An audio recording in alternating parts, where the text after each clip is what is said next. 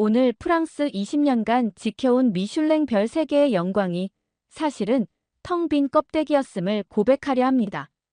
지난 20년간 버킹엄궁의 주방을 책임졌으며 유럽 요리계에 살아있는 전설로 불려온 전 왕실 수석 셰프 알랭 마르탱. 그는 평생 음식의 정수는 최고의 재료와 완벽한 계량, 그리고 수백 년간 정립된 프랑스 요리법에 있다고 믿어왔습니다. 길거리 음식은 그에게 있어 맛이 아닌 그저 허기를 때우는 원초적인 행위에 불과했습니다. 그런 그가 돌연 왕실 수석 셰프직을 사임하고 유럽 최고의 요리 잡지의 가장 위대한 요리는 서울의 길거리에서 발견되었다는 제목의 기고문을 발표하며 유럽 요리계를 발칵 뒤집어 놓았습니다. 무엇이 왕의 요리사를 이토록 송두리째 바꿔놓았을까요? 그 모든 것은 버킹엄궁에서 시작된 아주 작은 균열 때문이었습니다. 안녕하세요. 저는 알랭 마르탱입니다. 20년간 왕실에서 셰프로 있었죠. 불과 1년 전까지만 해도 저는 세상의 모든 맛은 제 레시피 노트 안에 존재한다고 굳게 믿었습니다. 제 세상의 모든 것은 정확성과 예측 가능성 위에 세워져 있었습니다. 버킹엄궁의 제 주방은 요리를 하는 공간이 아니었습니다. 그곳은 화학과 물리학의 법칙이 지배하는 정밀한 실험실이었고, 저는 그 실험실을 총괄하는 지휘자이자 절대적인 법칙 그 자체였습니다. 매일 새벽 4시면 어김없이 제 하루가 시작되었습니다. 갓 구운 빵의 고소한 향기와 은은하게 우러나는 찻잎의 향이 뒤섞인 고요한 복도를 지나 거대한 주방의 문을 열 때의 그 묵직한 공기는 제 영혼을 안정시키는 의식과도 같았습니다. 수십 명의 요리사들은 제가 나타나기 30분 전부터 각자의 위치에서 숨죽인 채 대기하고 있었습니다. 그들의 움직임 하나하나는 제가 수년에 걸쳐 설계한 완벽한 동선 위에서 한치의 오차도 없이 이루어졌습니다. 소금 한 알, 버터 한 조각의 무게는 마이크로그램 저울로 계량되었고, 오븐의 온도는 섭씨 0.1도의 오차도 허용되지 않았습니다. 이것이 바로 제가 구축한 왕국이자 제가 믿는 요리의 본질이었습니다. 감성이나 추억 따위의 모호한 개념이 비집고 들어올 틈이 없는 오직 완벽한 결과만이 존재하는 세계. 여왕 폐하를 비롯한 왕실의 모든 분들은 제 요리를 드시는 것이 아니었습니다. 그분들은 제 철학을, 제 완벽주의를, 그리고 제 자부심을 맛보시는 것이었습니다. 저는 제 요리가 그 어떤 외교관의 언어보다도 더 정확하게 대영 제국의 품격과 권위를 전달한다고 굳게 믿었습니다. 그렇게 수십 년간 단 한 번의 파동도 없었던 제 견고한 왕국에 아주 미세한 균열이 생기기 시작한 것은 어느 봄날이었습니다. 궁의 살림을 담당하는 사무처에서 새로운 하급 스태프 한 명을 충원했다는 보고를 받았습니다. 보고서에 적힌 이름은 세라 김 국적은 대한민국. 동양의 작은 나라에서 온 젊은 여성이었습니다. 저는 그 보고서를 별다른 감흥 없이 서명하고 서랍에 던져 넣었습니다. 제 주방 제국에서 스태프 한 명은 거대한 톱니바퀴 속 아주 작은 부품 하나에 불과했습니다. 그녀가 성실하든 불성실하든 제 시스템 안에서는 결국 정해진 역할만을 수행하게 될 것이기 때문이었습니다. 실제로 그녀는 그랬습니다. 눈에 띄지 않았고 말이 없었으며 그림자처럼 자신의 업무를 처리했습니다. 그녀의 표정은 언제나 고요했고 그 속을 읽을 수 없었습니다. 저는 그저 동양인 특유의 무표정함이려니 하고 대수롭지 않게 넘겼습니다. 제 관심은 오직 오늘 저녁 만찬에 오를 양고기의 숙성 시간과 소스의 농도에만 집중되어 있었으니까요. 사건의 발단은 정말이지 사소한 풍경에서 시작되었습니다. 그날 오후, 저는 정원의 장미 상태를 확인하기 위해 잠시 주방을 나왔습니다. 멀리 여왕 폐하께서 한가로이 정원을 산책하고 계셨습니다. 평소와 같은 모습이었습니다. 그런데 이상한 점은 폐하의 곁에 집사나 시녀장이 아닌 바로 그 한국인 스태프, 세라가 함께 걷고 있었다는 사실입니다. 그녀는 폐하의 질문에 무언가 조곤조곤 답하고 있었고, 폐하께서는 아주 흥미롭다는 듯 부드러운 미소를 띤 채 그녀의 이야기에 귀를 기울이고 계셨습니다.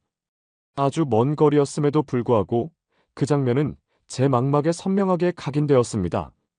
버킹엄궁의 위계 질서는 우주를 구성하는 물리법칙만큼이나 절대적입니다. 하급 스태프가 폐하와 개인적인 대화를 나누는 일, 그것도 저토록 편안한 분위기 속에서 대화를 나누는 것은 거의 전례가 없는 일이었습니다. 저는 잠시 그 자리에 멈춰서서 그 모습을 바라보았습니다. 기이한 위화감, 혹은 제 완벽한 질서의 예고, 없이 찾아온 변수에 대한 본능적인 경계심 같은 것이었을지도 모릅니다. 하지만 저는 이내 고개를 저었습니다. 폐하의 변덕스러운 관심이거나 혹은 그저 스쳐 지나가는 우연일 뿐이라고 스스로를 납득시켰습니다. 제 세상의 변수는 오직 재료의 신선도와 불의 온도뿐이어야 했습니다. 그리고 바로 다음 날, 그 미세했던 균열은 제 왕국의 심장부를 향해 날아온 거대한 포탄이 되어 돌아왔습니다. 폐하의 비서실장을 통해 아주 정중하고도 기이한 명령이 하달되었습니다. 여왕 폐하께서 특별한 후식을 원하신다는 것이었습니다. 비서실장이 제게 전달한 폐하의 말씀은 이러했습니다. 따뜻해야 하네. 그리고 씹었을 때 빵처럼 부드러우면서도 떡처럼 쫀득한 식감이 있어야지. 한 입 베어 물면 그 안에서 아주 달콤한 것이 흘러나와야 해. 마치 어린 시절 할머니의 무릎에 앉아 맛보았던 것처럼 소박하지만 마음을 어루만지는 그런 추억의 맛이었으면 좋겠네. 저는 비서실장의 말을 듣는 내내 미간을 찌푸렸습니다. 빵이면서 떡인 식감? 소박하지만 마음을 어루만지는 맛? 이런 모호하고 비논리적인 표현들은 제 요리 사전에 존재하지 않는 단어들이었습니다. 제 요리는 정확한 언어로 표현되고 정확한 수치로 계량되며 누구에게나 동일한 감각을 전달해야만 했습니다. 추억의 맛이라니. 세상에 그런 레시피가 어디 있단 말입니까? 그것은 요리가 아니라 심리학의 영역이었습니다. 하지만 저는 알랭 마르탱, 버킹엄궁의 왕실 수석 셰프였습니다. 불가능이란 제 자존심이 허락하지 않는 단어였습니다. 저는 제 주방으로 돌아와 모든 요리사를 물리고 거대한 화이트보드 앞에 섰습니다. 폐하의 말씀을 하나하나 분해하고 분석하기 시작했습니다. 쫀득한 식감, 그것은 글루텐의 함량과 수분 비율, 그리고 반죽의 숙성 시간으로 조절할 수 있다. 달콤한 것, 그것은 세계 각지에서 공수한 최고급 야생꿀과 과일, 퓨레, 혹은 다크 초콜릿 가나쉬로 구현할 수 있다. 따뜻함, 그것은 서빙 직전의 온도 조절에 달린 문제다. 그렇다. 이건 풀지 못할 문제가 아니었다. 폐하께서 아마도 과거 유럽의 어느 소도시를 여행하셨을 때 맛보았던, 지금은 잊혀진 어느 지방의 전통 과자를 떠올리시는 것일 테다. 그 기억이 세월 속에서 변형되어 모호한 형태로 남은 것이 분명했다. 그렇다면 내가 할 일은 그 불완전한 기억을 나의 완벽한 기술로 재창조하여 폐하께 바치는 것이었다. 나는 단순한 길거리 음식이나 소박한 가정식이 아닌 왕실의 품격에 어울리는 최고의 디저트를 만들어 내리라 다짐했습니다. 폐하께서 찾으시는 것은 추억이 아니라 완벽함 그 자체일 것이라고 저는 그렇게 굳게 믿었습니다. 작전은 시작되었습니다. 저는 먼저 프랑스 노르망디 지방의 특정 농가에서만 생산되는 유기농 밀가루를 긴급히 공수해 왔습니다.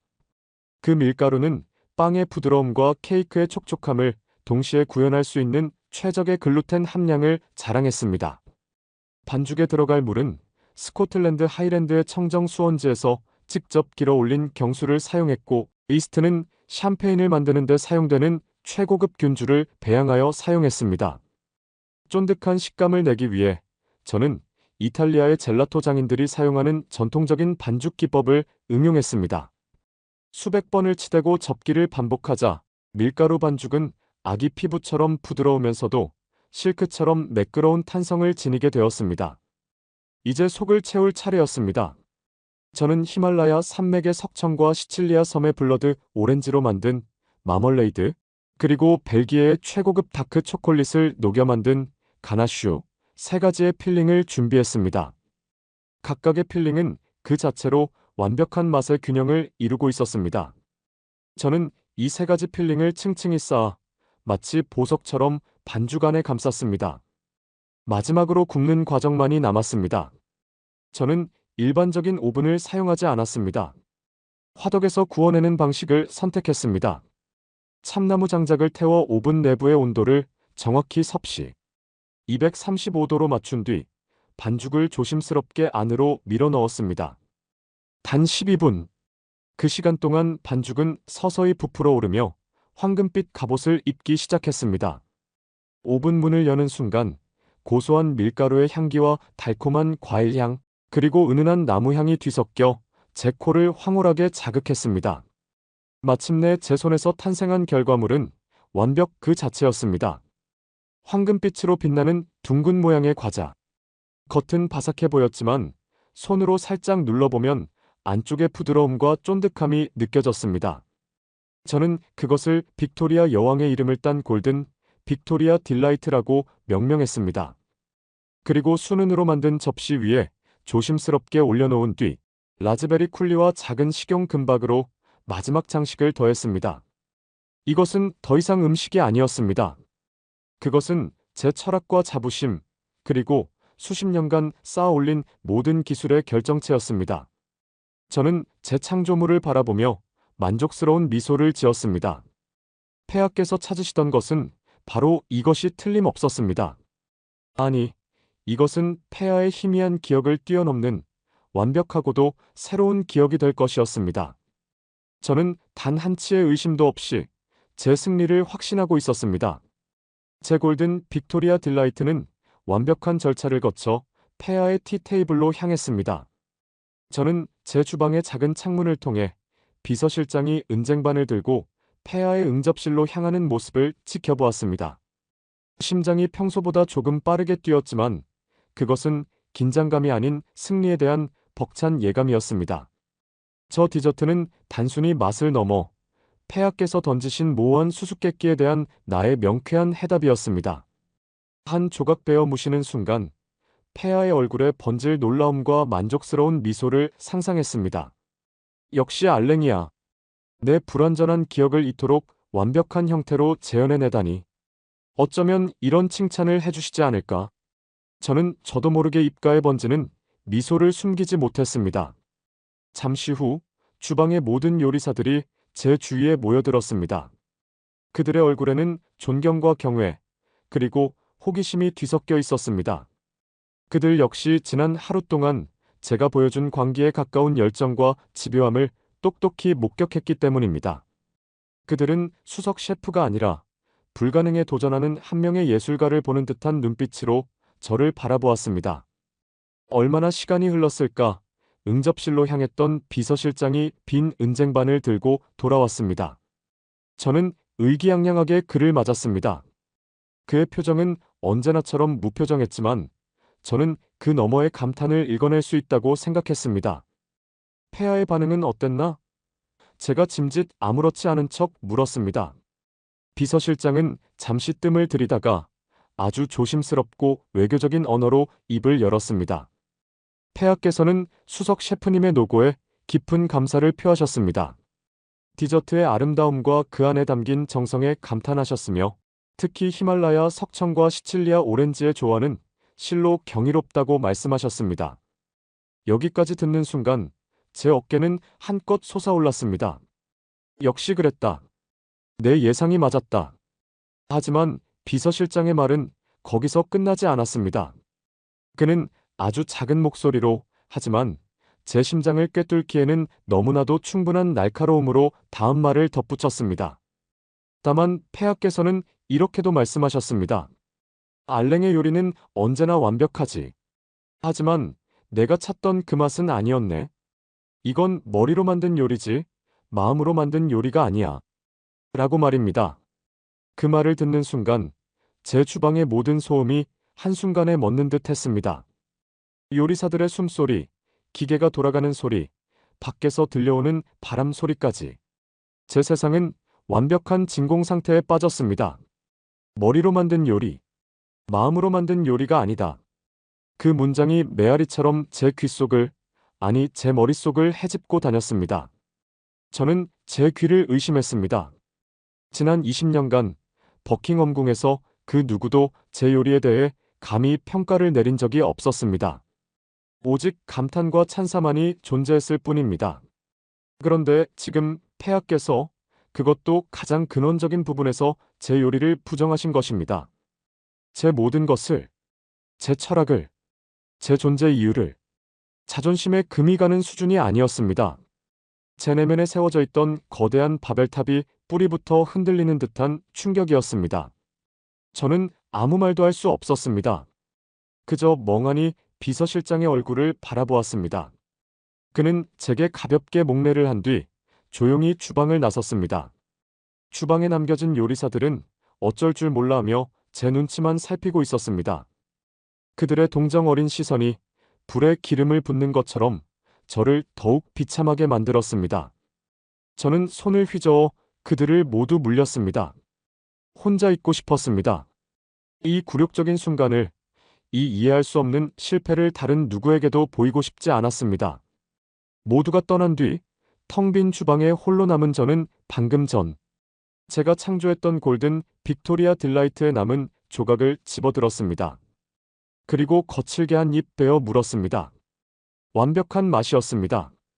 겉은 바삭하고 속은 부드러웠으며 최고급 재료들이 빚어내는 맛의 향연은 흠잡을 데가 없었습니다. 저는 이해할 수 없었습니다. 대체 무엇이 문제란 말인가? 마음으로 만든 요리? 그게 대체 무엇이란 말인가? 요리는 감상이 아니라 과학이다. 정확한 레시피와 정밀한 기술이 전부다. 저는 분노에 휩싸여 남은 디저트를 쓰레기통에 던져버렸습니다. 그리고는 며칠 밤낮으로 다시 연구에 몰두했습니다. 저는 이번 실패가 재료의 조합이나 조리법의 미세한 오류 때문일 것이라고 억지로 결론 내렸습니다. 그래서 완전히 다른 접근법을 시도하기로 했습니다. 이번에는 동양의 식재료를 사용해 보기로 했습니다. 찹쌀가루를 이용하여 쫀득한 식감을 극대화했고 속에는 팥, 앙금과 곶감을 넣었습니다. 모양도 전통적인 서양식 디저트가 아닌 동양의 떡과 비슷한 형태로 빚었습니다. 하지만 결과는 마찬가지였습니다. 폐하의 반응은 이전과 똑같았습니다. 알랭의 노력은 가상하지만 이것 또한 내가 찾던 그 맛은 아니야. 연이은 실패는 제 자존심을 산산조각 냈습니다. 저는 제 주방에 틀어박혀 누구와도 대화하지 않았습니다. 요리사들은 저를 두려워하며 피해 다녔고 주방의 공기는 얼음장처럼 차갑게 식어갔습니다. 저는 잠을 잘 수도 음식을 제대로 넘길 수도 없었습니다. 제 머릿속은 온통 마음으로 만든 요리라는 풀 수 없는 화두로 가득 차 있었습니다. 그러던 어느 날 저는 정원에서 우연히 또다시 그 한국인 스태프 세라를 보게 되었습니다. 그녀는 다른 동료들과 함께 웃으며 무언가를 나누어 먹고 있었습니다. 아주 작고 둥글고 갈색빛이 도는 것이었습니다. 저는 저도 모르게 발걸음을 멈추고 그 모습을 지켜보았습니다. 동료들은 그것을 한 입 먹을 때마다 얼굴에 환한 미소를 피워냈습니다. 그들의 웃음소리가 담장을 넘어 제게 들려오는 듯 했습니다. 그 순간 제 머릿속에서 무언가 번쩍했습니다. 어쩌면 아주 작은 가능성이었지만 어쩌면 저것이 단서일지도 모른다는 생각이 들었습니다. 저는 제 자신을 믿을 수 없었지만 결국 자존심을 모두 내려놓고 그녀에게 다가갔습니다. 제가 다가가자 그녀와 동료들은 깜짝 놀라며 굳은 표정으로 자리에서 일어났습니다. 왕실 수석 셰프가 하급 스태프들의 휴식 공간에 나타나는 것은 있을 수 없는 일이었기 때문입니다. 저는 애써 목소리를 가다듬고 물었습니다. 지금 먹고 있는 그것이 무엇이지? 제 질문에 세라는 당황한 듯 손에 들고 있던 것을 등 뒤로 감추려 했습니다. 저는 그녀의 손을 부드럽게 붙잡았습니다. 아니, 괜찮아. 그냥 궁금해서 그러네. 그게 무엇인지 알려줄 수 있겠나? 그녀는 잠시 망설이다가 이내 작은 목소리로 대답했습니다. 이것은 호떡이라는 것입니다. 한국의 길거리에서 파는 아주 평범한 과자입니다. 호떡. 제 머릿속에서 그 단어가 낯설게 맴돌았습니다. 저는 그녀의 손에 들려있는 호떡을 가만히 내려다보았습니다. 제가 만들었던 그 어떤 화려한 디저트와도 비교할 수 없을 정도로 투박하고 볼품없는 모양이었습니다. 기름에 붙여낸 듯 표면은 번들거렸고 완벽한 원형도 아니었습니다. 하지만 이상하게도 그 투박함 속에서 저는 알 수 없는 따뜻함을 느꼈습니다. 그것은 제가 만들어낸 골든 빅토리아 딜라이트에 계산된 따뜻함과는 전혀 다른 종류의 것이었습니다. 저는 결심했습니다. 이 굴욕적인 미스터리의 해답을 찾기 위해서라면 무슨 짓이든 해야 했습니다. 저는 그녀에게 부탁했습니다. 혹시 이 호떡이라는 것을 만드는 법을 알려줄 수 있겠나? 제 말에 그녀의 눈이 휘둥그레졌습니다. 왕실 수석 셰프가 길거리 음식을 배우고 싶어 한다는 사실을 믿을 수 없다는 표정이었습니다. 하지만 그녀는 이내 고개를 끄덕였습니다. 그날 저녁, 저는 주방의 모든 요리사를 퇴근시킨 뒤 그녀를 제 성역으로 초대했습니다. 제 평생 처음으로 제 주방에 저의 지위가 아닌 다른 사람의 레시피가 들어오는 순간이었습니다. 그것은 제게 있어 작은 혁명이자 거대한 항복 선언과도 같은 것이었습니다. 저는 제가 지난 며칠간 겪었던 실패의 이유를 이 볼품없는 길거리 음식 속에서 찾을 수 있을 것이라고는 감히 상상조차 하지 못하고 있었습니다. 그저 이 지독한 수수께끼를 풀고 싶다는 생각뿐이었습니다. 하지만 그날 밤 제 주방에서 벌어진 일은 단순한 요리 수업이 아니었습니다. 그것은 제가 평생을 바쳐 쌓아 올린 모든 신념과 가치관을 뒤흔드는 거대한 폭풍의 전주곡이었습니다. 저는 아직 깨닫지 못하고 있었지만 제 인생의 두 번째 장은 바로 그날 밤 투박한 밀가루 반죽과 설탕 한 줌으로 시작되고 있었습니다. 그날 밤 제 주방에서 한국인 스태프 세라와 함께 보낸 시간은 제 인생에서 가장 굴욕적이면서도 기이한 경험이었습니다.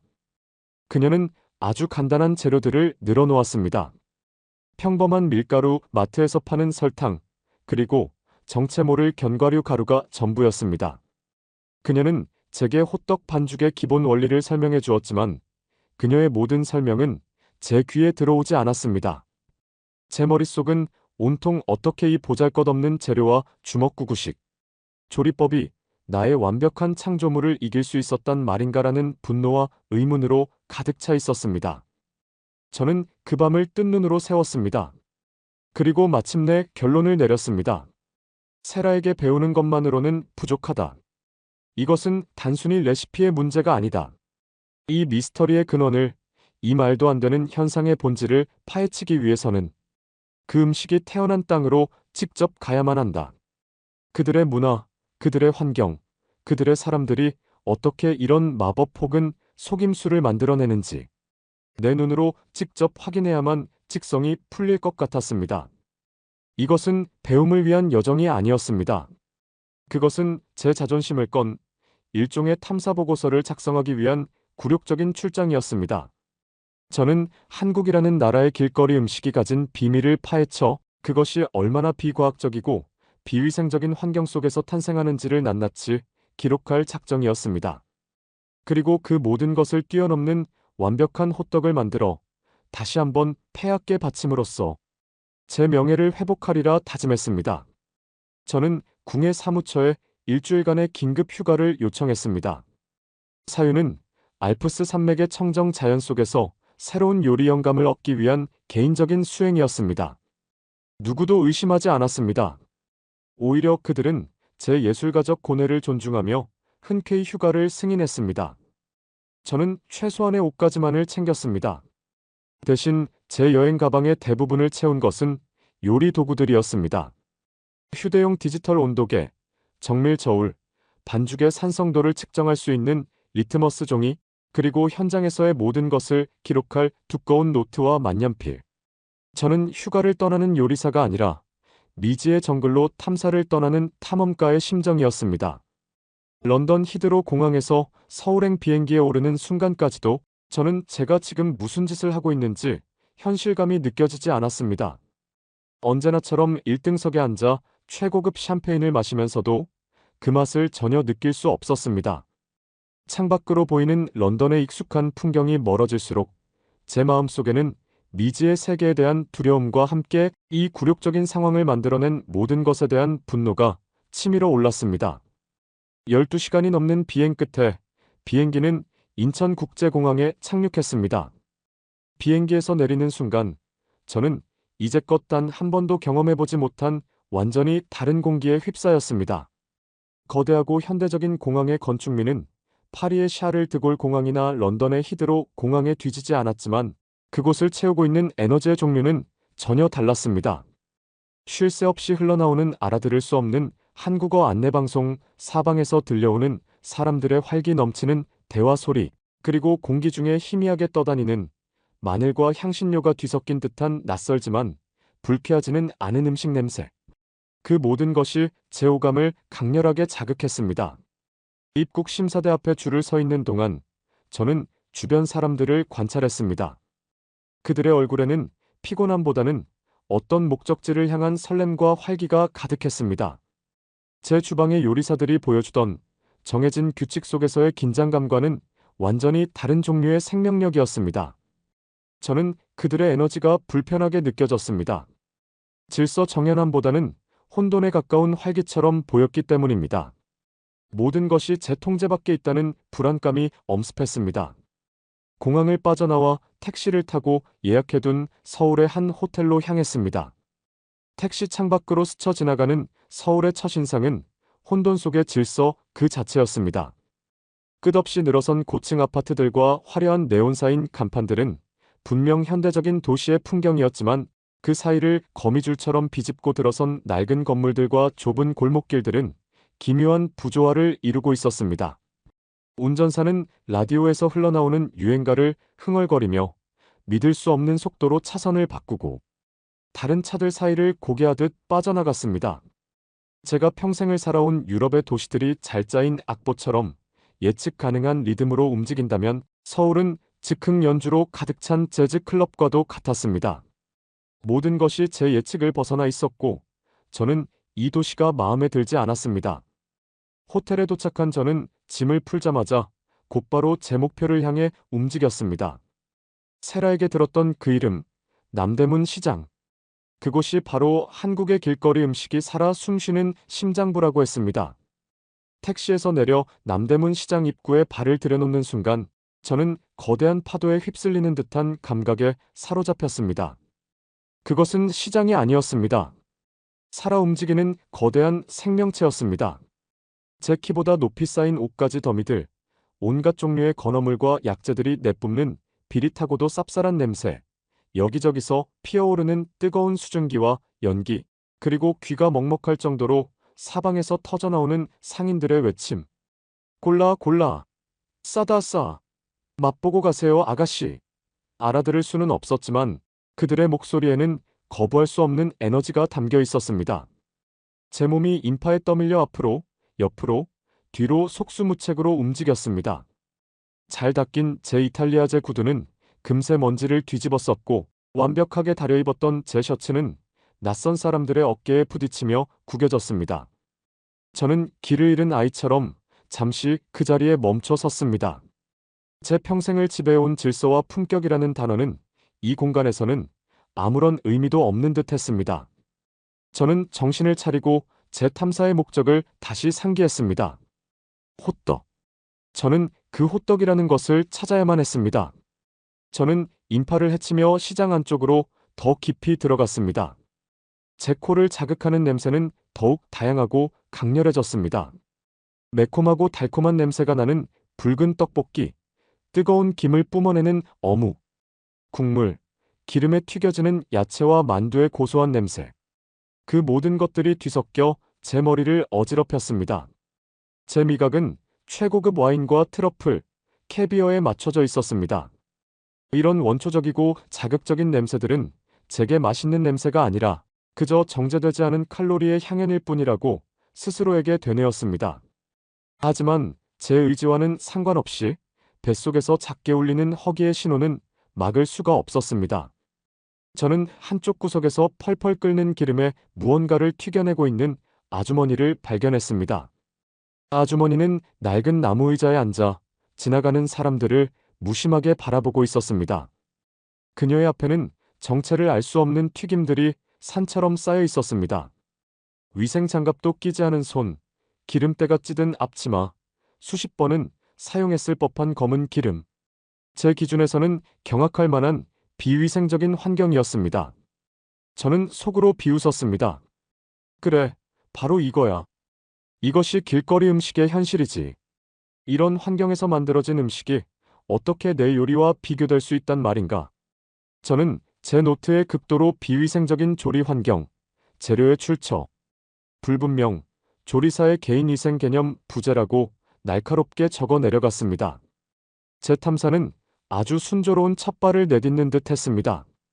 저는 이 시장의 모든 것을 기록하여 이들의 신화가 얼마나 허상에 불과한지를 증명해낼 자신이 있었습니다.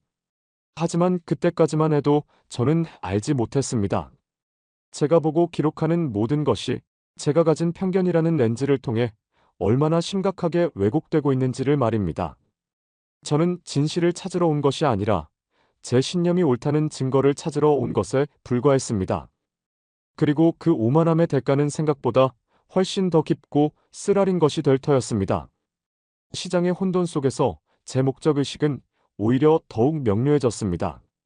저는 더 이상 인파에 휩쓸리지 않았습니다.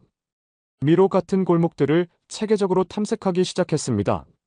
시장을 4개의 구역으로 나누고 각 구역의 음식 노점들을 하나하나 관찰하며 제 노트에 기록했습니다. 저는 셰프가 아니라 미지의 식문화를 분석하는 인류학자처럼 행동했습니다. 모든 노점은 저의 분석 대상이었습니다. 조리도구의 청결 상태, 재료의 보관 방식, 상인의 손놀림, 심지어 손님들의 표정까지. 제 노트는 폄하와 비판으로 빠르게 채워져 나갔습니다. 설탕과 소금의 과도한 사용, 영양 균형에 대한 고려, 전무함, 재료의 원산지 표기, 부재, 신뢰도 하락, 조리 과정의 표준화 부재, 맛의 일관성 결여. 저는 마치 제 편견을 증명하는 증거들을 수집하는 형사처럼 집요하게 파고들었습니다. 이것은 제게 있어 일종의 자기방어 기제였습니다. 이 혼란스러운 공간과 저급해 보이는 음식들의 가치를 인정하는 순간 제가 평생을 바쳐 쌓아 올린 세계가 무너져 내릴 것만 같았기 때문입니다. 그렇게 2시간이 넘게 시장을 헤매던 중이었습니다. 제 코끝에 아주 미묘하지만 익숙한 냄새가 와닿았습니다. 그것은 밀가루 반죽이 기름에 익어가는 고소한 냄새와 설탕이 열에 녹아 캐러멜화되는 달콤한 냄새의 조합이었습니다. 제가 버킹엄궁 주방에서 수없이 맡았던 냄새였지만 무언가 근본적으로 달랐습니다. 제 주방의 냄새가 잘 정돈된 오케스트라의 완벽한 화음이라면 이 냄새는 시골의 작은 교회에서 울려 퍼지는 조금은 서툴지만 마음을 울리는 오르간 소리와도 같았습니다. 저는 홀린 듯 그 냄새를 따라 발걸음을 옮겼습니다. 그리고 마침내 시장의 가장 후미진 골목, 사람들이 겨우 지나다닐 수 있는 좁은 통로의 한쪽 구석에서 그것을 발견했습니다. 낡고 작은 손수레. 그 위에는 거대하고 둥근 철판이 놓여 있었고 한 할머니가 그 앞에 웅크리고 앉아 있었습니다. 그녀의 앞에는 하얀 밀가루 반죽 덩어리가 놓여 있었고 그 옆에는 설탕과 견과류 가루가 섞인 그릇이 있었습니다. 호떡. 의심의 여지가 없었습니다. 저는 잠시 거리를 두고 그녀를 관찰하기 시작했습니다. 제 탐사의 최종 목표물이었습니다. 할머니의 손은 세월의 흔적으로 거칠고 주름져 있었습니다. 하지만 그 손놀림은 놀라울 정도로 빠르고 정확했습니다. 그녀는 저울도 계량컵도 사용하지 않았습니다. 오직 수십 년간 반복했을 감각만으로 반죽을 떼어내고 그 안에 설탕소를 채워 넣은 뒤 기름을 두른 철판 위에 능숙하게 올려놓았습니다. 그리고는 둥글고 납작한 쇠틀로 그것을 꾹 눌렀습니다. 치익 마이너스 하는 소리와 함께 고소한 냄새가 하얀 연기가 되어 피어올랐습니다. 저는 그 모든 과정을 제 노트에 꼼꼼히 기록했습니다. 반죽과 속 재료의 계량 과정 전무. 매번 결과물의 크기와 맛이 다를 수밖에 없는 구조. 극단적인 비과학적 조리법. 이라고. 저는 속으로 승리를 예감했습니다. 이 얼마나 완벽한 증거란 말인가. 이런 주먹구구식 음식이 어떻게 여왕의 입맛을 사로잡을 수 있었단 말인가. 분명 세라가 궁에서 만들었던 것은 우연히 얻어 걸린 행운이었을 것이다. 이곳의 현실은 이렇게나 조악하지 않은가. 그녀의 손님은 대부분 나이가 지긋한 노인들이나 교복을 입은 학생들이었습니다. 그들은 할머니에게 돈을 건네고 뜨거운 호떡을 종이컵에 담아 받아 들었습니다. 그리고는 호호 불어가며 한 입 베어 물었습니다. 그 순간 그들의 얼굴에 번지는 표정은 제게 또 다른 충격을 주었습니다. 그것은 단순히 맛있는 음식을 먹을 때의 표정이 아니었습니다. 그것은 마치 오랜 시간 그리워했던 무언가를 마침내 되찾은 사람의 표정과도 같았습니다. 고된 하루의 피로를 위로받는 듯한 안도감, 어린 시절의 추억을 떠올리는 듯한 아련함, 그리고 소박한 행복감. 저는 저들의 표정을 이해할 수 없었습니다. 저 볼품없는 밀가루 떡이 대체 무엇이기에 사람들에게 저런 복합적인 감정을 불러일으킨단 말인가? 저는 제 노트에 또 다른 문장을 추가했습니다. 음식의 맛보다는 특정 집단의 문화적 향수나 기억에 의존하는 경향이 강함. 객관적인 맛의 평가가 어려움. 저는 이 모든 현상을 제 이성적인 분석의 틀 안에 가두려 필사적으로 노력하고 있었습니다. 한참을 지켜보다 저는 마침내 결심했습니다. 적을 알려면 직접 부딪혀봐야 하는 법이다. 저 역시 저 기묘한 의식에 동참해보기로 했습니다. 저는 주머니에서 구겨진 1,000원짜리 몇 장을 꺼내 들고 할머니에게 다가갔습니다. 제가 다가서자 할머니는 무심한 눈으로 저를 한번 훑어보았습니다. 제 말쑥한 차림새와 낯선 이방인의 얼굴이 그녀의 시선을 잠시 붙잡았지만 이내 별다른 관심 없다는 듯 다시 철판으로 고개를 돌렸습니다. 저는 어설픈 손짓으로 호떡 하나를 가리켰습니다. 할머니는 아무 말 없이 이미 구워져 있던 호떡 하나를 종이컵에 담아 제게 건넸습니다. 저는 그것을 받아들었습니다. 종이컵을 통해 전해져 오는 열기는 생각보다 훨씬 뜨거웠습니다. 그리고 코끝을 찌르는 기름 냄새와 달콤한 설탕 냄새가 강렬하게 느껴졌습니다. 저는 잠시 망설였습니다. 이 비위생적으로 보이는 것을 과연 내 입에 넣어도 괜찮을까? 하지만 여기까지 와서 물러설 수는 없었습니다. 저는 주변의 시선을 의식하며 최대한 품위를 잃지 않으려 애쓰며 조심스럽게 호떡의 가장자리를 한 입 베어 물었습니다. 그리고 그 순간 제 세상이 멈췄습니다. 바삭 하고 부서지는 겉부분의 저항감과 동시에 안쪽에 부드럽고 쫄깃한 반죽이 제 혀를 감싸 안았습니다. 그리고 곧바로 그 안에서 용암처럼 뜨거운 설탕물이 터져 나왔습니다. 꿀처럼 진득하면서도 흑설탕 특유의 깊은 풍미가 느껴졌고 그 안에서 씹히는 고소한 견과류 조각들이 맛의 단조로움을 완벽하게 잡아주었습니다. 단순한 단맛이 아니었습니다. 고소함, 짭짤함, 그리고 반죽의 담백함이 한데 어우러져 제 입안에서 거대한 맛의 교향곡을 연주하기 시작했습니다. 제가 평생을 바쳐 추구해온 맛의 밸런스, 그 완벽한 균형이 이 이름 모를 할머니의 손끝에서 이 누추한 길거리에서 펼쳐지고 있었습니다. 머릿속이 하얘졌습니다. 제 노트에 적었던 모든 비판과 분석들이 한순간에 의미를 잃고 흩어져 버렸습니다. 비과학적? 비위생적? 아니었다. 이것은 과학을 넘어선 영역의 맛이었다. 이것은 완벽했다. 저는 저도 모르게 눈을 감았습니다. 그리고 제 머릿속에는 전혀 예상치 못했던 장면이 떠올랐습니다. 아주 어릴 적 프랑스 시골의 할머니 댁 부엌.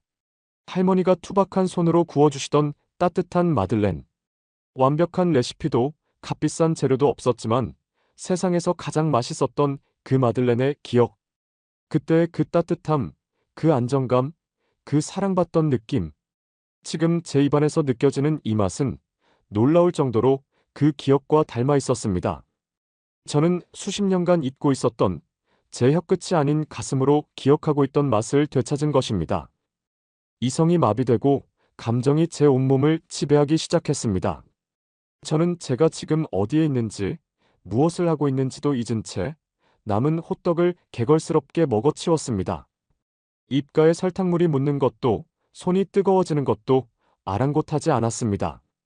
마지막 한 조각까지 삼키고 나서야 저는 겨우 정신을 차릴 수 있었습니다. 저는 멍하니 할머니를 바라보았습니다. 그녀는 여전히 아무 말 없이 묵묵히 호떡을 굽고 있었습니다. 그녀의 얼굴에는 자부심도 욕심도 없었습니다. 그저 매일 반복되는 고된 노동의 흔적만이 새겨져 있을 뿐이었습니다. 그런데 이제 그녀의 모습이 제게는 더 이상 초라하게 보이지 않았습니다. 수십 년의 세월을 담아낸 저 거친 손이 세상 그 어떤 미슐랭 셰프의 손보다도 위대해 보였습니다. 저 낡은 손수레가 버킹엄궁의 제 주방보다도 더 성스러운 공간처럼 느껴졌습니다. 저는 제 노트와 펜을 든 손을 바라보았습니다. 그 위에 제가 적었던 오만하고 편협한 문장들이 부끄러워서 견딜 수가 없었습니다. 저는 조용히 노트를 가방 안에 집어넣었습니다. 더 이상 기록은 의미가 없었습니다. 제 이성과 지식으로는 도저히 분석할 수 없는 현상을 목격했기 때문입니다. 그것은 요리가 아니었습니다. 그것은 위로였고 치유였으며 기억이었습니다. 저는 제 탐사가 완전히 실패했음을 인정해야만 했습니다. 아니, 어쩌면 이것은 실패가 아니라 제가 상상조차 하지 못했던 새로운 세계로 들어서는 첫걸음일지도 모른다는 생각이 아주 희미하게 제 머릿속을 스쳐 지나갔습니다. 제 손에 들려있던 빈 종이컵이 힘없이 구겨졌습니다. 입안에는 아직도 그 경이로운 맛의 잔향이 남아있었지만 제 머릿속은 마치 거대한 폭격을 맞은 도시처럼 모든 것이 파괴되고 무너져 내린 상태였습니다. 제가 평생을 바쳐 쌓아 올린 지식의 성벽, 정밀한 계산과 논리로 빚어낸 철학의 첨탑이 이름 모를 노파가 만든 1,000원짜리 밀가루 떡 하나에 맥없이 허물어져 버렸습니다. 저는 그 자리에 못 박힌 듯 서서 묵묵히 반죽을 치대는 할머니의 모습을 멍하니 바라보았습니다. 이제 그녀는 제게 더 이상 비판과 분석의 대상이 아니었습니다. 그녀는 제 이해의 범주를 아득히 뛰어넘는 거대한 수수께끼 그 자체였습니다. 저는 이 혼란을 정리해야만 했습니다. 이 말도 안 되는 현상을 어떻게든 제 이성의 틀 안으로 다시 가져와야만 했습니다. 그래서 저는 제 생애 가장 비논리적인 행동을 하고 말았습니다. 다시 할머니에게 다가가 떨리는 손으로 돈을 내밀고 호떡을 하나 더 주문한 것입니다. 두 번째 호떡을 받아든 제 손길은 처음과는 완전히 달랐습니다. 처음에는 혐오감과 호기심이 뒤섞인 불경한 탐사였다면 두 번째는 미지의 성물을 받아드는 경건한 순례자의 그것과 같았습니다. 저는 시장의 소음이 닿지 않는 한적한 골목으로 자리를 옮겼습니다. 그리고는 벤치에 앉아 마치 희귀한 보석을 감정하듯 호떡을 관찰하기 시작했습니다.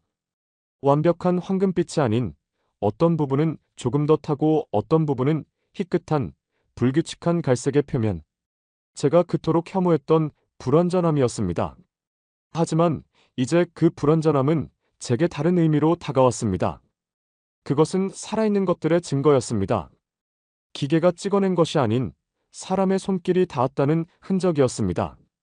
저는 조심스럽게 호떡을 한 입 베어 물었습니다. 이번에는 맛을 분석하려 필사적으로 노력했습니다. 혀의 모든 미래를 곤두세워 단맛과 짠맛, 고소함의 비율을 측정하려 했습니다. 반죽의 숙성 시간과 글루텐의 활성도를 추측하려 애썼습니다. 하지만 모든 것이 헛수고였습니다. 맛을 분석하려 하면 할수록 그 맛은 제 이성의 그물망을 요리조리 빠져나가며 더욱 거대하고 총체적인 하나의 경험으로 저를 덮쳐왔습니다. 결국 저는 다시 한번 항복하고 말았습니다. 이것은 해체하고 분석할 수 있는 종류의 맛이 아니었습니다. 그날 이후 저는 제 원래의 목적을 완전히 상실했습니다. 제 가방 안에 잠들어 있는 노트와 정밀 도구들은 더 이상 아무런 의미가 없었습니다. 저는 호텔방에 틀어박혀 며칠을 보냈습니다. 서울의 지도를 펼쳐놓고 남대문 시장의 위치를 표시했지만 더 이상 그곳에 갈 용기가 나지 않았습니다. 저는 두려웠습니다. 제가 평생을 바쳐 이룩한 모든 것이 부정당하는 그 감각을 다시 마주하는 것이 두려웠고, 그보다 더 근원적으로는 제가 평생을 모르고 살아왔던 어쩌면 더 위대한 진실이 존재할지도 모른다는 사실을 인정하는 것이 두려웠습니다. 저는 길을 잃었습니다. 수십 년간 단 한 번도 의심해 본 적 없었던 제 인생의 좌표가 사라져버린 것입니다. 며칠간의 고뇌 끝에 저는 무작정 호텔 밖으로 나섰습니다. 저는 더 이상 탐험가도 셰프도 아니었습니다. 그저 모든 것을 잃어버린 한 명의 이방인이었습니다. 저는 목적 없이 서울의 거리를 걸었습니다. 화려한 명품 매장이 즐비한 강남의 거리를 걸을 때도, 오래된 한옥들이 고즈넉한 멋을 풍기는 북촌의 골목길을 거닐 때도 제 눈에 들어온 것은 건물이 아닌 사람들이었습니다. 특히 음식을 먹는 사람들의 모습이었습니다. 저는 작은 식당의 유리창 너머로 한 가족이 뚝배기 하나를 가운데 놓고 둘러앉아 찌개를 떠먹는 모습을 보았습니다.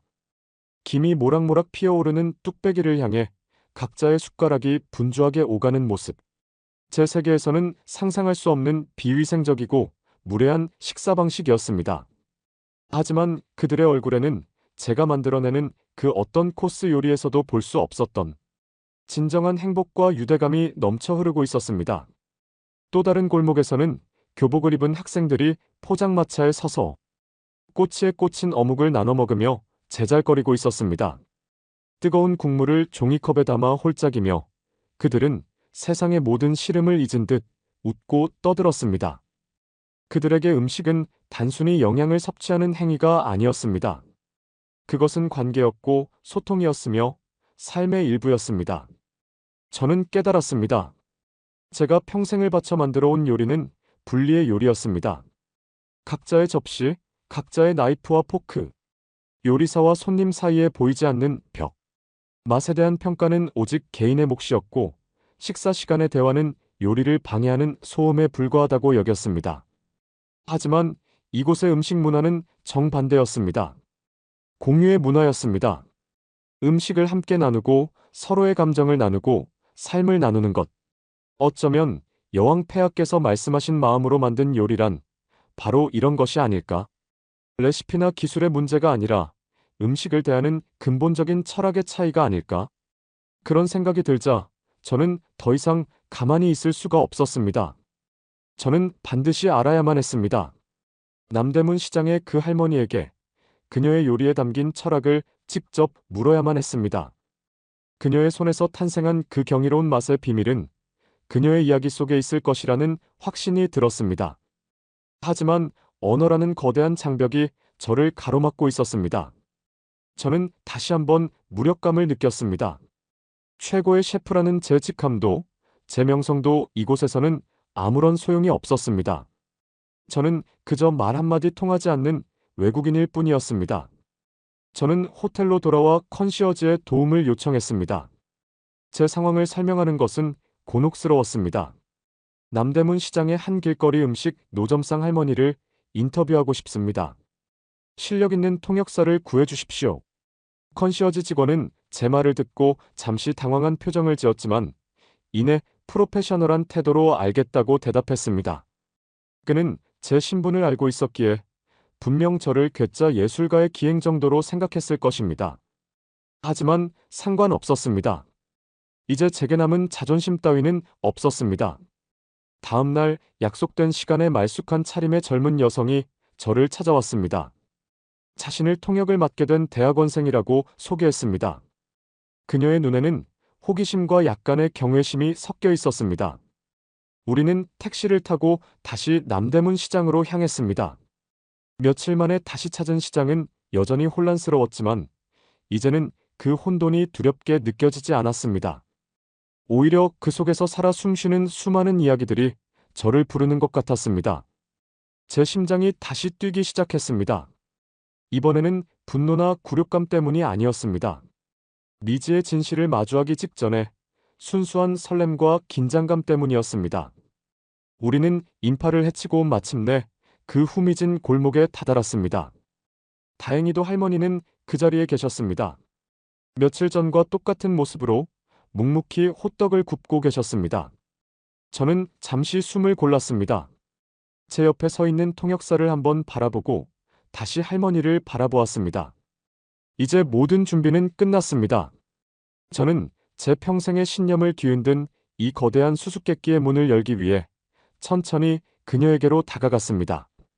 그리고 통역사를 통해 제 인생에서 가장 중요하고도 간절한 질문을 던지기 시작했습니다. 제가 할머니에게 다가서자 그녀는 며칠 전과 마찬가지로 무심한 시선으로 저를 한번 힐끗 쳐다볼 뿐이었습니다. 그녀의 세계에서 저는 여전히 잠시 스쳐 지나가는 수많은 이방인 중 한 명에 불과한 듯 했습니다. 하지만 이번에는 제 곁에 젊은 통역사가 함께였습니다. 제가 무언가 말을 하려 한다는 것을 직감했는지 할머니는 잠시 하던 일을 멈추고 기름 묻은 손을 앞치마에 닦으며 저희를 바라보았습니다. 그녀의 깊게 팬 주름 사이로 수십 년의 세월과 고된 노동의 흔적이 고스란히 느껴졌습니다. 저는 마른 침을 삼키고 통역사를 통해 제 인생에서 가장 중요하고도 간절한 질문을 던지기 시작했습니다. 제 목소리는 저도 모르게 떨리고 있었지만 그 안에는 조금의 허세나 권위도 남아있지 않았습니다. 오직 진실을 갈구하는 한 명의 구도자로서의 절박함만이 담겨 있었습니다. 할머니께 먼저 제 소개를 드리고 싶습니다. 저는 영국에서 온 요리사입니다. 평생을 요리에 바쳐왔습니다. 통역사가 제 말을 공손한 한국어로 옮기자 할머니는 잠시 저를 쳐다보았습니다. 그녀의 눈빛에는 특별한 동요가 없었습니다. 마치 그래서 어쨌다는 것이냐라고 말하는 듯 담담하기 그지없었습니다. 그 평온함이 오히려 저를 더욱 초조하게 만들었습니다. 저는 핵심으로 바로 들어가기로 했습니다. 제가 며칠 전 이곳에서 할머니의 호떡을 맛보았습니다. 그리고 저는 제 평생 처음 느껴보는 종류의 충격을 받았습니다. 감히 여쭙건대 그 맛의 비결이 무엇인지 알고 싶습니다. 예를 들어 반죽에 들어가는 밀가루와 물의 정확한 비율이나 반죽을 숙성시키는 시간 혹은 기름의 온도를 알려주실 수 있겠습니까? 제 질문을 전해 들은 할머니의 얼굴에 처음으로 희미한 표정 변화가 스쳤습니다. 그것은 놀라움도 경계심도 아니었습니다. 마치 어린아이의 엉뚱한 질문을 들은 노인 특유의 온화하고도 옅은 미소였습니다. 그녀는 제 눈을 잠시 바라보더니 자신의 주름진 손을 들어 보이며 입을 열었습니다. 통역사가 그녀의 말을 천천히 제게 전달했습니다. 비율? 그런 걸 내가 어찌 알간디. 그냥 이 손이 기억하는 거지. 수십 년을 하다 보니 반죽이 이제 됐다고 말을 걸어와. 너무 질지도 되지도 않게. 기름 온도도 마찬가지요. 반죽 조각을 살짝 떼어 넣었을 때 기분 좋게 촤하고 소리를 내면 그때가 딱 좋은 때인 게지. 그런 걸 숫자로 어찌 말한다. 그녀의 대답은 제게 또 다른 혼란을 안겨주었습니다. 손이 기억한다. 반죽이 말을 건다. 이것은 제가 이해할 수 있는 언어가 아니었습니다. 제 세계에서 요리는 철저한 데이터와 통계에 기반해야만 했습니다. 감각이란 오차를 유발하는 가장 위험한 변수에 불과했습니다. 저는 포기하지 않고 다시 물었습니다. 그렇다면 이 호떡은 언제부터 만들기 시작하셨습니까?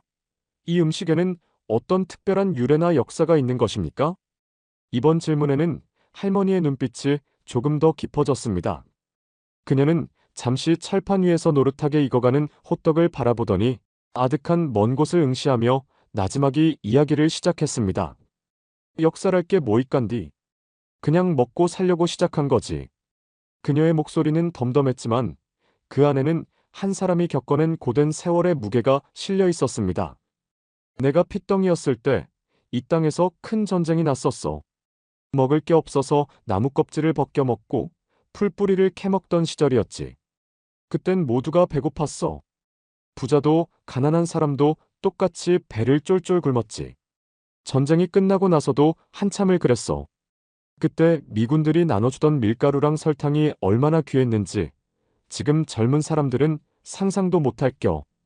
그녀는 잠시 말을 멈추고 주름진 눈가를 손등으로 훔쳤습니다. 그 짧은 침묵 속에서 저는 흑백 사진으로만 보았던 전쟁의 폐허와 굶주린 사람들의 얼굴을 떠올렸습니다. 제게 있어 전쟁이란 역사책 속의 단어에 불과했지만 이 노파에게 그것은 피부에 새겨진 흉터와도 같은 생생한 현실이었습니다. 그녀의 이야기는 계속되었습니다. 그 귀한 밀가루를 반죽해서 그보다 더 귀한 설탕을 조금 넣고 기름에 지져낸 게 바로 이거였어. 처음에는 우리 식구들 배 채우려고 만들기 시작했지. 근데 이걸 만들어서 이웃들하고 나눠 먹으니 굶주려서 퀭하던 사람들 얼굴에 잠시나마 웃음꽃이 피는 거야. 그거 하나 먹는다고 배가 부른 것도 아닌데 말여. 다들 맛있다, 맛있다 하면서 우는 사람도 있었어. 그때 알았지. 음식이란 게 단순히 배만 채우는 게 아니구나. 사람 마음도 채워주는 거구나. 할머니의 이야기를 듣는 동안 저는 숨을 죽였습니다. 이것은 제가 예상했던 종류의 대답이 아니었습니다.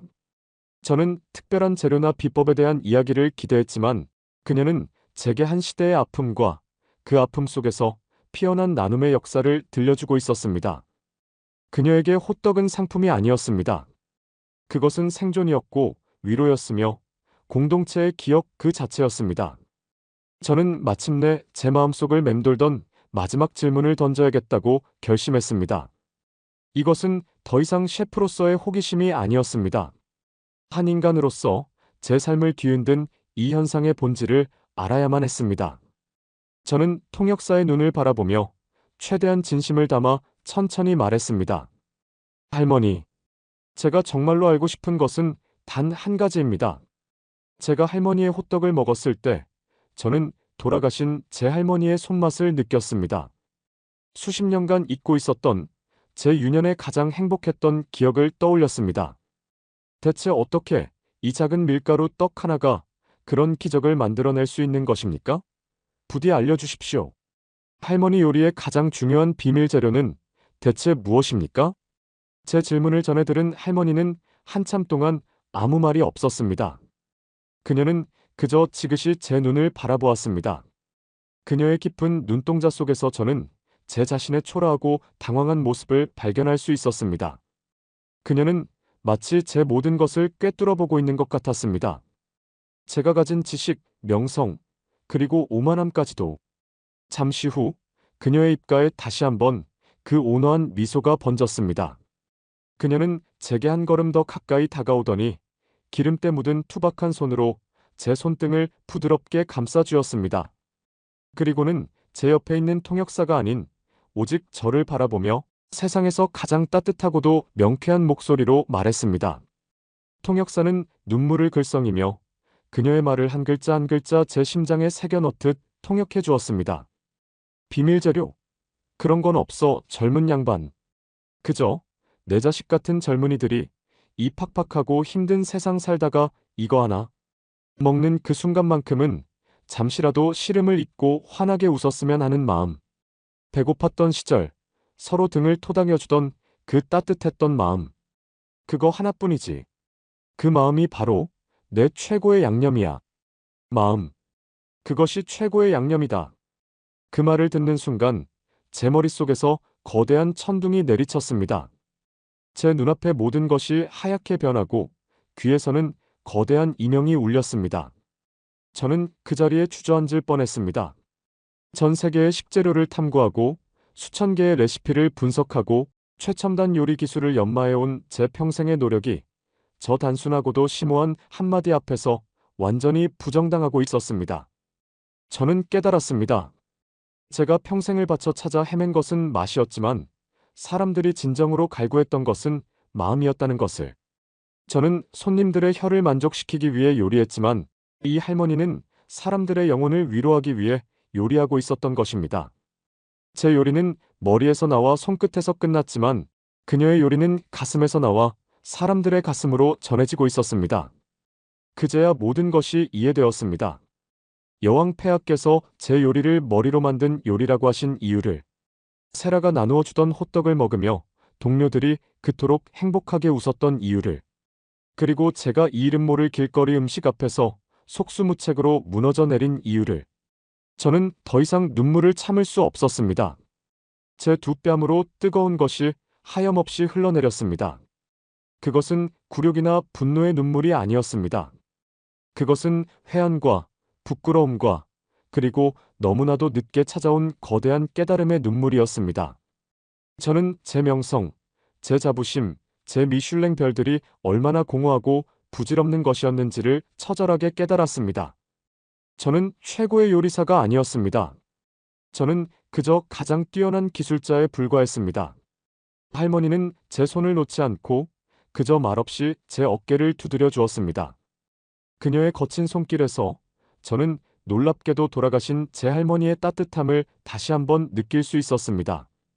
제 탐사는 여기서 끝났습니다. 저는 제 오만함을 증명할 증거를 찾으러 왔다가 제 인생 전체를 바꿔놓을 가장 위대한 진실을 발견하고 말았습니다. 심장이 멎는 듯한 깨달음의 순간이 지나고 저는 한참 동안 그 자리에 망연자실하게 서 있었습니다. 남대문 시장의 소음은 여전히 제 주변을 맴돌았지만 이제 그 소리는 제게 더 이상 혼란스러운 소음으로 들리지 않았습니다. 그것은 마치 수많은 사람들의 희로애락이 담긴 거대한 삶의 교향곡처럼 느껴졌습니다. 할머니는 제 어깨를 두어 번 더 두드려 주시더니 아무 일도 없었다는 듯 다시 자신의 자리로 돌아가 묵묵히 호떡을 굽기 시작했습니다. 그녀의 뒷모습을 바라보며 저는 제가 이제껏 얼마나 좁고 편협한 세상에 갇혀 살아왔는지를 통감했습니다. 제게 세상의 중심은 언제나 버킹엄궁의 제 주방이었습니다. 그곳의 질서와 규칙이 곧 세상의 전부라고 믿었습니다. 하지만 진정한 세상은 바로 이곳, 이름 없는 사람들이 서로의 체온을 나누며 살아가는 이 치열하고도 따뜻한 삶의 현장에 있었습니다. 통역사는 눈물을 닦으며 제게 괜찮으시냐고 물었지만 저는 아무 대답도 할 수 없었습니다. 저는 그저 할머니에게 깊이 허리를 숙여 경의를 표하고 천천히 그 골목을 빠져나왔습니다. 제 발걸음은 서울에 처음 도착했을 때와는 비교할 수 없을 정도로 무거웠지만 제 마음은 기이하게도 깃털처럼 가벼워진 것을 느꼈습니다. 수십 년간 저를 짓누르던 오만과 편견의 갑옷이 산산조각 나버렸기 때문일지도 모릅니다. 그날 밤 저는 호텔로 돌아오지 않았습니다. 대신 서울의 밤거리를 정처 없이 걸었습니다. 화려한 네온사인과 취객들의 웃음소리, 그리고 길거리 곳곳에서 피어오르는 음식 냄새에 저를 온전히 내맡겼습니다. 저는 작은 포장마차에 들어가 난생 처음으로 낯선 사람들과 어깨를 맞대고 앉아 뜨거운 우동 한 그릇을 시켰습니다. 제 옆자리의 중년 남자는 힘든 하루를 보냈는지 소주 한 병을 시켜놓고 깊은 한숨을 내쉬고 있었습니다. 그러다 문득 저를 보더니 어색한 영어로 어디서 왔느냐고 물었습니다. 저는 영국에서 왔다고 짧게 대답했습니다. 그러자 그는 놀랍게도 자신의 소주잔을 제게 내밀며 한 잔 받으라고 권했습니다. 그의 갑작스러운 친절에 당황했지만 저는 거절할 수 없었습니다. 우리는 말도 통하지 않으면서 몇 번이나 잔을 부딪혔습니다. 그는 자신의 고된 삶에 대해 알아들을 수 없는 한국어로 하소연했고 저는 그저 고개를 끄덕이며 그의 이야기를 들어주었습니다. 신기하게도 언어가 통하지 않는데도 그의 슬픔과 외로움이 제게 고스란히 전해지는 듯 했습니다. 식사를 마치고 계산을 하려 하자 그 남자는 이미 제 몫까지 모두 계산했다며 손사래를 쳤습니다. 그리고는 제 어깨를 툭 치며 웃어 보이고는 비틀거리며 어둠 속으로 사라졌습니다. 저는 그 자리에 서서 난생 처음 느껴보는 종류의 따뜻함에 가슴이 먹먹해졌습니다. 이것이 바로 할머니가 말한 마음이라는 것일까? 대가 없는 나눔, 이유 없는 친절. 제 이성으로는 도저히 설명할 수 없는, 하지만 분명히 존재하는 강력한 힘. 한국에서의 남은 며칠 동안 저는 관광객이 아닌 순례자의 마음으로 보냈습니다. 저는 더 이상 맛을 분석하지 않았습니다. 대신 음식에 담긴 이야기를 들으려 노력했습니다. 작은 분식집에 들어가 아주머니가 끓여주는 김치찌개를 먹으며 한국의 어머니들이 어떻게 이 하나의 찌개로 가족의 건강과 사랑을 챙겨왔는지를 상상했습니다. 시골의 오일장을 찾아가 할머니들이 직접 키운 나무를 파는 모습을 보며 흙과 자연에 대한 그들의 경외심을 느꼈습니다. 저는 깨닫기 시작했습니다. 한국 음식의 위대함은 레시피에 있는 것이 아니었습니다. 그것은 김치와 장처럼 오랜 시간 동안 발효되고 숙성된 그들의 고유한 문화와 정신, 바로 정이라는 한 단어로 응축된 그들의 삶의 방식에 있었습니다. 정이란 단순히 친절함을 넘어 자신을 희생해서라도 타인의 슬픔과 기쁨을 내 것처럼 여기는 마음, 대가 없는 나눔과 때로는 간섭에 가까울 정도로 서로를 챙기는 따뜻한 관심이었습니다. 그리고 이 정이라는 것이야말로 모든 한국 음식의 맛을 완성시키는 마지막 마법의 양념이라는 것을 깨달았습니다. 일주일간의 짧은 여행을 마치고 영국으로 돌아오는 비행기 안에서 저는 창밖의 구름을 보며 깊은 생각에 잠겼습니다. 제 손에는 더 이상 정밀 도구들이 담긴 가방이 아닌 한국의 서점에서 구입한 낡은 요리책 한 권이 들려 있었습니다. 그 책에는 화려한 궁중 요리가 아닌 평범한 사람들이 즐겨 먹는 소박한 가정식들의 조리법이 담겨 있었습니다. 이제 제 목표는 명확해졌습니다. 버킹엄궁으로 돌아가 여왕 폐하께 진짜 마음이 담긴 요리를 바치는 것이었습니다. 런던에 도착하자마자 저는 궁으로 향하지 않았습니다. 대신 한국인들이 모여 사는 뉴몰든의 한인마트로 향했습니다. 저는 그곳에서 밀가루와 설탕, 그리고 흑설탕과 견과류를 샀습니다. 버킹엄궁의 창고에 산더미처럼 쌓여있는 최고급 식자재가 아니었습니다. 평범한 사람들이 매일 사용하는 가장 보통의 재료들이었습니다. 다음 날 아침, 저는 평소보다 훨씬 더 이른 새벽에 제 주방으로 들어섰습니다. 그리고는 제 부주방장을 비롯한 모든 요리사들을 불러 모았습니다. 모두의 얼굴에는 긴장감과 의아함이 서려 있었습니다. 제가 없는 동안 주방은 활기를 잃고 멈춰 서 있었기 때문입니다. 저는 그들의 앞에 제가 사온 비닐봉지를 내려놓았습니다. 그리고는 제 여행에 대한 이야기를 시작했습니다. 남대문 시장의 할머니 이야기, 포장마차에서 만난 중년 남자 이야기, 그리고 제가 깨달은 정이라는 가치에 대해서 제 이야기가 계속되는 동안 요리사들의 표정은 놀라움에서 존경심으로 그리고 마침내 깊은 공감으로 변해갔습니다. 그들 역시 최고의 기술을 가진 요리사들이었지만 제 독선적인 철학 아래에서 자신들이 잊고 있었던 요리의 가장 근원적인 즐거움과 의미를 제 이야기를 통해 되찾고 있었던 것입니다. 이야기를 마친 저는 앞치마를 둘렀습니다. 그리고는 모든 요리사들에게 말했습니다. 오늘은 내가 여러분에게 요리를 가르치는 날이 아닐세. 우리 모두가 함께 새로운 요리를 배우고 만들어보는 날이야. 오늘은 레시피도 계량도 없네. 오직 우리의 마음으로만 요리를 해보는 걸세. 저는 한국인 스태프 세라를 제 옆으로 불렀습니다. 그녀는 여전히 어쩔 줄 몰라 했지만 그녀의 눈에는 이전에는 볼 수 없었던 존경의 빛이 담겨 있었습니다. 저는 그녀의 도움을 받아 그리고 제 기억과 마음을 더듬어 호떡을 만들기 시작했습니다. 저는 할머니가 했던 것처럼 반죽을 수십 번 치대고 접었습니다. 반죽이 제 손에 감기는 감촉을 느끼며 그것이 이제 됐다고 말하는 순간을 기다렸습니다. 다른 요리사들도 제 주위에 모여들어 저마다 반죽을 만지고 냄새를 맡으며 그 과정을 함께 했습니다. 우리는 속 재료를 만들고 기름의 온도를 맞추었습니다. 그 과정에서 수많은 실수가 있었습니다. 반죽이 너무 질기도 했고 속이 터져 나오기도 했습니다. 하지만 그 누구도 서로를 탓하지 않았습니다. 대신 우리는 함께 웃고 서로의 의견을 물으며 문제를 해결해 나갔습니다. 제 주방이 생긴 이래 처음으로 그곳에 웃음소리가 가득 찼습니다. 제 주방은 더 이상 차가운 실험실이 아니었습니다. 모두의 마음이 모여 새로운 것을 창조해내는 따뜻하고 활기 넘치는 축제의 장이 되어 있었습니다. 마침내 수많은 시도 끝에 우리는 그럴듯한 모양의 호떡들을 만들어내는데 성공했습니다. 그것들은 남대문 시장의 할머니가 만든 것처럼 완벽하지는 않았습니다. 모양도 제각각이었고 어떤 것은 조금 타기도 했습니다. 하지만 그 모든 호떡에는 우리 모두의 마음이, 우리의 즐거움과 노력이 고스란히 담겨 있었습니다. 저는 가장 잘 만들어진 호떡 몇 개를 조심스럽게 접시에 담았습니다. 순은으로 만든 화려한 접시가 아니었습니다. 평범한 하얀색 자기 접시였습니다. 그리고 그 어떤 장식도 하지 않았습니다. 저는 비서실장을 통해 이것을 여왕 폐하의 아침 티타임에 올려달라고 부탁했습니다. 그리고는 제 주방의 창가에 서서 초조하게 결과를 기다렸습니다. 이번에는 실패에 대한 두려움 때문이 아니었습니다. 제 진심이, 제 변화된 마음이 온전히 전달되기를 바라는 간절함 때문이었습니다. 잠시 후 비서실장이 빈 접시를 들고 돌아왔습니다. 그의 얼굴에는 이전에는 볼 수 없었던 아주 온화하고 따뜻한 미소가 번지고 있었습니다.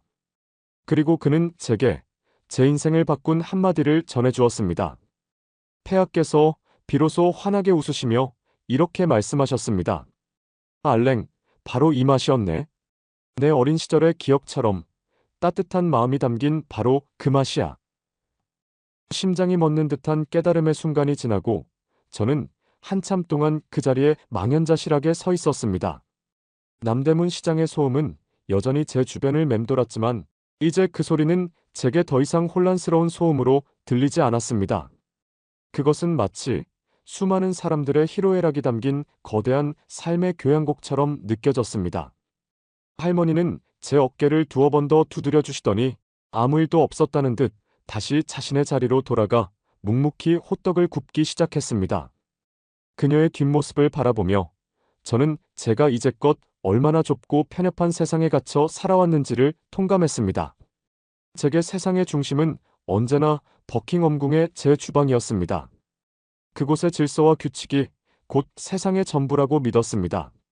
하지만 진정한 세상은 바로 이곳, 이름 없는 사람들이 서로의 체온을 나누며 살아가는 이 치열하고도 따뜻한 삶의 현장에 있었습니다. 통역사는 눈물을 닦으며 제게 괜찮으시냐고 물었지만 저는 아무 대답도 할 수 없었습니다. 저는 그저 할머니에게 깊이 허리를 숙여 경의를 표하고 천천히 그 골목을 빠져나왔습니다. 제 발걸음은 서울에 처음 도착했을 때와는 비교할 수 없을 정도로 무거웠지만 제 마음은 기이하게도 깃털처럼 가벼워진 것을 느꼈습니다. 수십 년간 저를 짓누르던 오만과 편견의 갑옷이 산산조각 나버렸기 때문일지도 모릅니다. 그날 밤 저는 호텔로 돌아오지 않았습니다.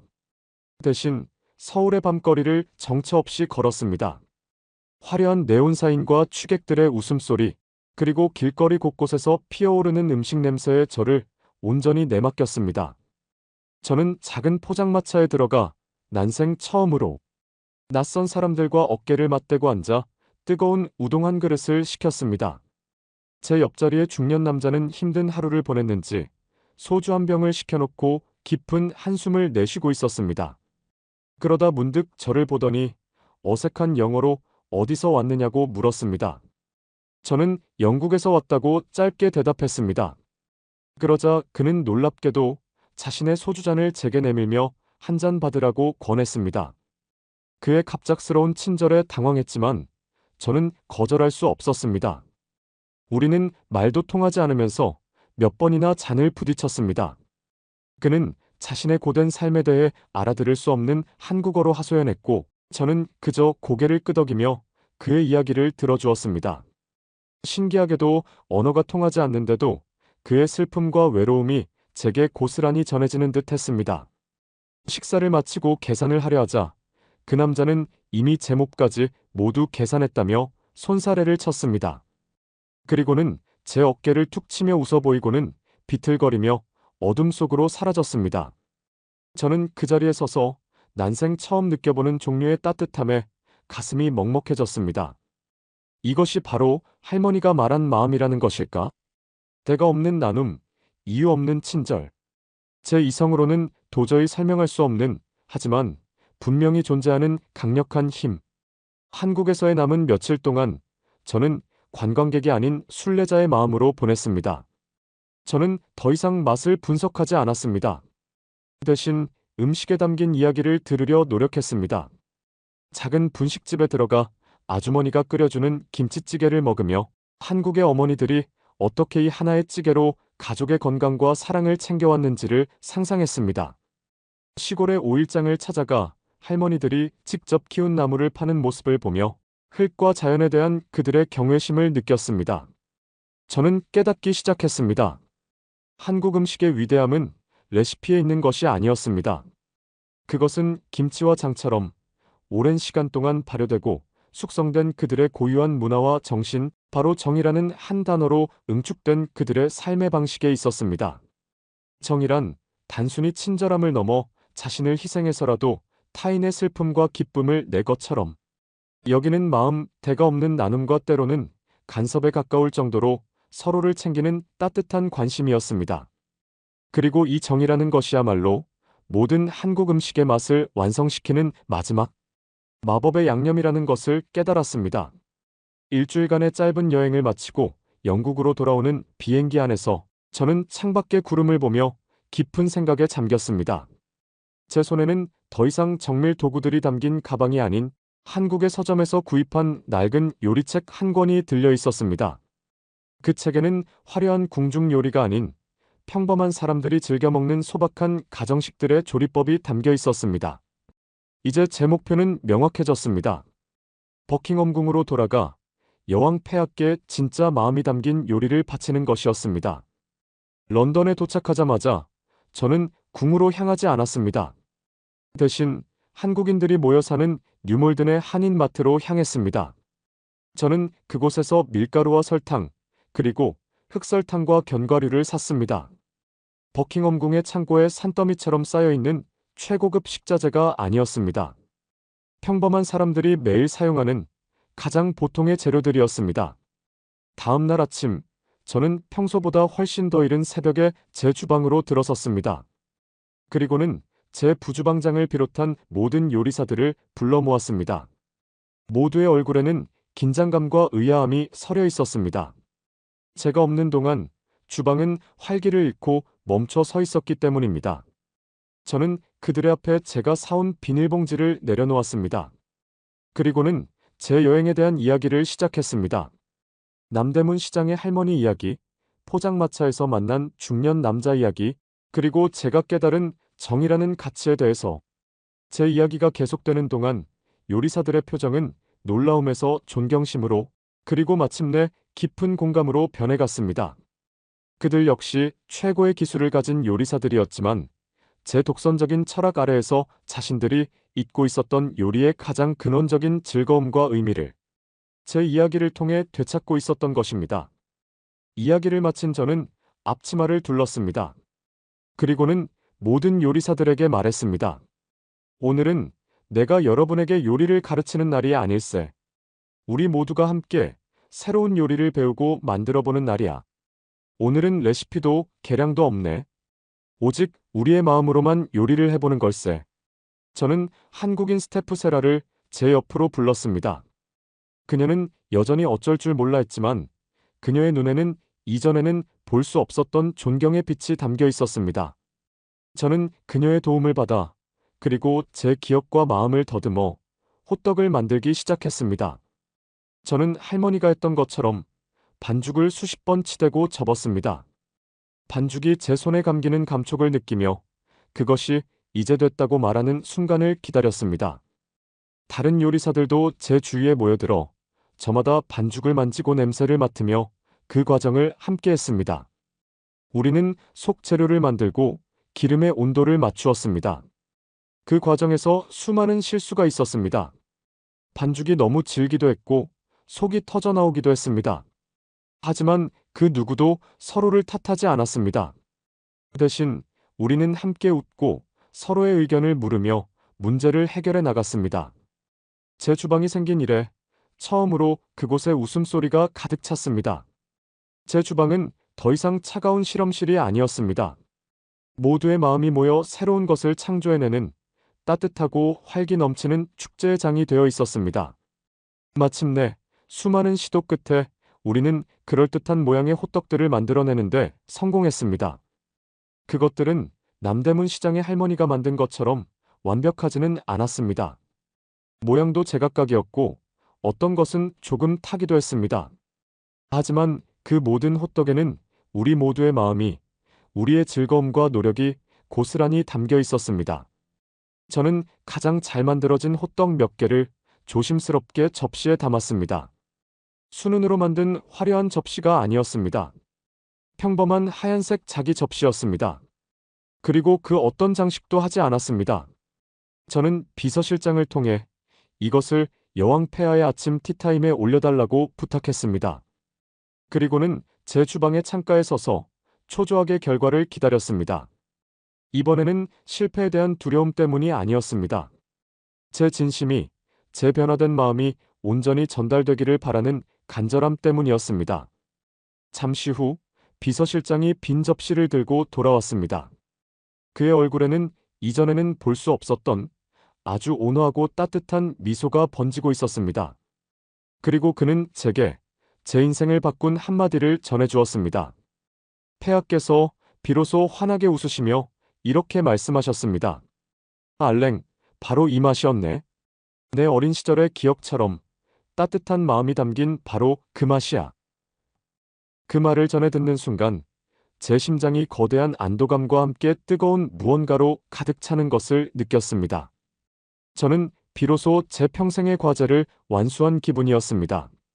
하지만 그것은 끝이 아니었습니다. 오히려 새로운 시작이었습니다. 그날 이후 버킹엄궁의 주방은 완전히 다른 공간으로 변모했습니다. 저는 더 이상 군림하는 지휘자가 아니었습니다. 함께 고민하고 함께 웃으며 함께 창조하는 오케스트라의 한 명의 연주자가 되었습니다.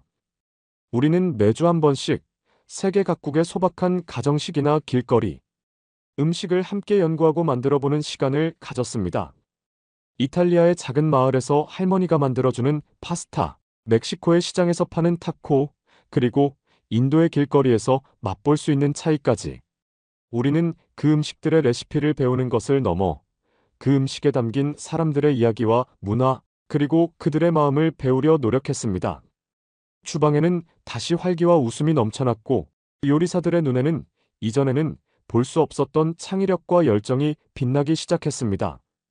놀라운 것은 우리의 요리를 맛보는 왕실 가족들의 반응이었습니다. 그들 역시 이전보다 훨씬 더 식사 시간을 즐거워했고 음식에 대한 더 많은 이야기를 나누기 시작했습니다.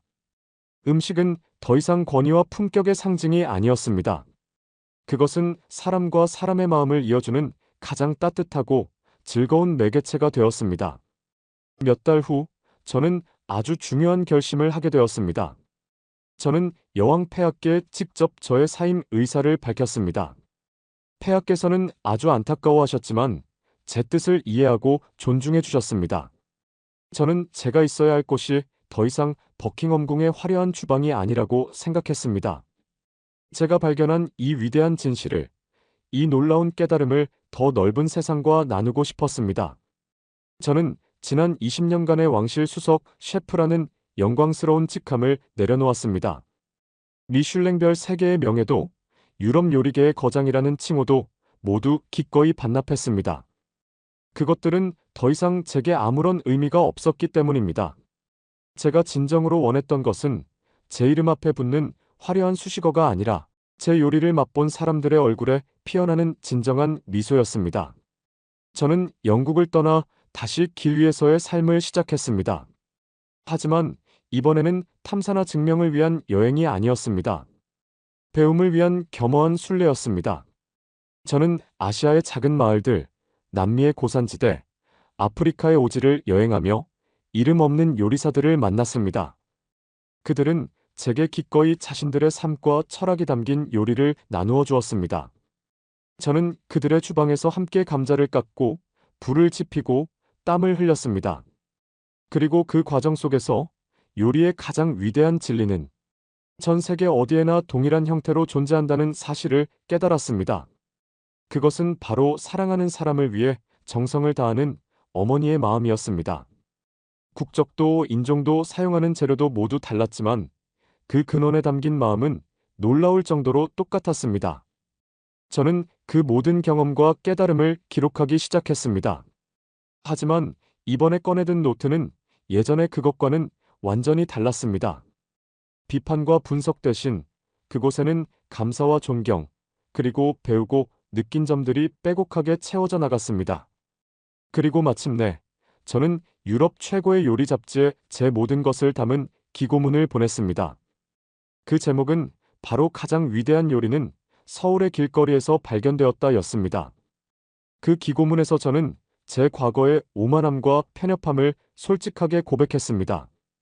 그리고 제가 남대문 시장의 한 노점에서 발견한 기술을 뛰어넘는 위대한 가치, 바로 정과 마음에 대해 이야기했습니다.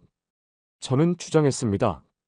진정한 미식의 미래는 더 비싼 재료나 더 복잡한 기술에 있는 것이 아니라 우리가 잃어버린 가장 근원적인 가치, 즉 사람을 향한 따뜻한 마음을 되찾는 것에 있다고. 제 기고문은 유럽 요리계에 거대한 파장을 일으켰습니다. 많은 이들이 저를 비난하고 조롱했지만 더 많은 젊은 셰프들이 제 이야기에 공감하며 새로운 영감을 얻었다는 편지를 보내왔습니다. 저는 지금 프랑스 프로방스의 작은 마을에서 조그마한 식당을 운영하고 있습니다. 미슐랭의 별도, 화려한 명성도 없는 곳입니다. 이곳의 메뉴는 매일 바뀝니다. 제가 그날 시장에서 가장 신선하다고 느낀 재료로 제가 그날 손님들과 나누고 싶은 이야기를 담아 요리합니다.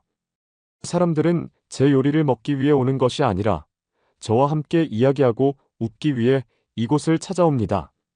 그리고 저는 그들의 얼굴에서 제가 그토록 찾아 헤매던 진정한 행복을 발견합니다.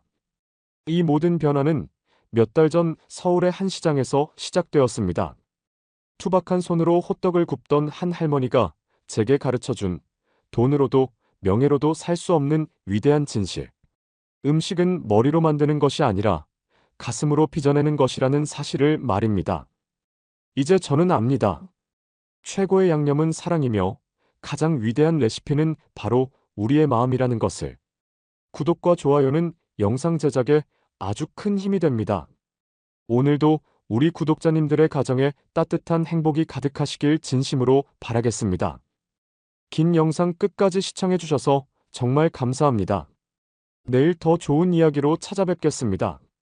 항상 사랑합니다.